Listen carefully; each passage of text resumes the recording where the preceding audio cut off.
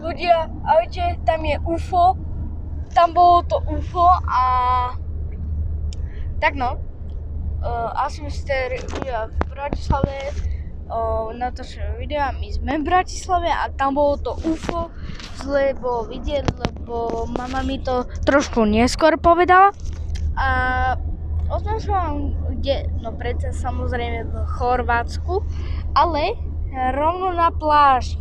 A som v Chorvátsku.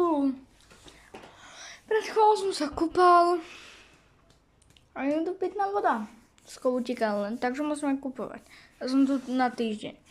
A tam je jedno more a idem vám ukázať druhé. Tu je balkónik.